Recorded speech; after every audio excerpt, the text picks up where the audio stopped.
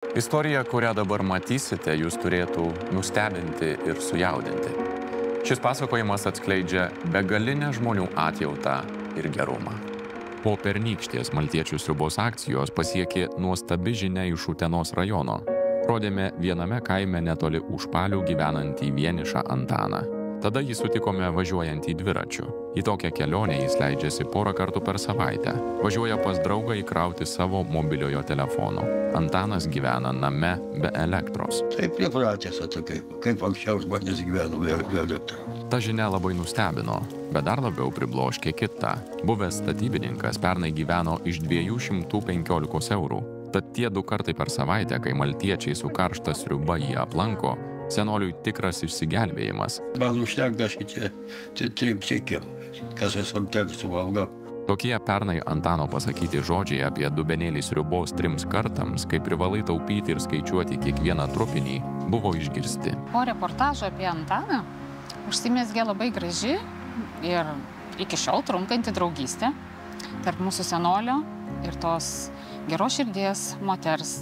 Ta geros širdies moteris iš Vilniaus. Ji prašė neatskleisti jos vardo. Net Antanas jos iki šiol nėra matęs, bet paramą labai pajuto. Moteris nupirko ir per maltiečius Antanui perdavė naują patalynę, rūbų, radijo imtuvą. Ir kas labiausiai pradžiugino Antaną, jau ištisus metus siunčia lėšas, už kurias Utenos maltiečiai specialiai perka antrąjį patiekalą ir neša kartu su sriuba. Ir kiekvieną kartą su nuostaba klausia, kodėl aš? Kodėl man padeda, juk manęs nepažįsta? Primename, Antaną ta geros širdies moteris matė tik vieną kartą, pernai per televiziją, maltiečių sriubos metu. Šiemet Utenos rajone aplankėme dar vieną iš globojamų senolių.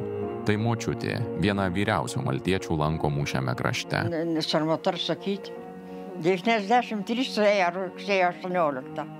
Atrodo, kad kaip nebūtų viskas. Praėjo laikas greitai. Buvusios buhalterės pensija kartu su našlės priedu 459 eurai. Aldona varžėsi atvirai papasakoti, kaip gyvena iš tikrųjų. Jau 3 metai su sriuba Aldoną lankanti maltietė papasakojo daugiau. Kai pamačiau vos ne pusę pensijos, reikia atiduoti už vaistus, tai buvo taip. Yra labai daug vienišų senelių, vargingai gyvenančių ir nedejuojančių. Kelias istorijas apie juos jūs jau matėte. Bet yra tūkstančiai, kurių nespėjome parodyti. Be jūsų ir maltiečių pagalbos jie neišgyventų. 1415 – 10 eurų, 1601 – 5 eurai. Jeigu galite paaukoti didesnę sumą arba remti reguliariai, informaciją rasite interneto puslapyje maltiečiusriuba.lt.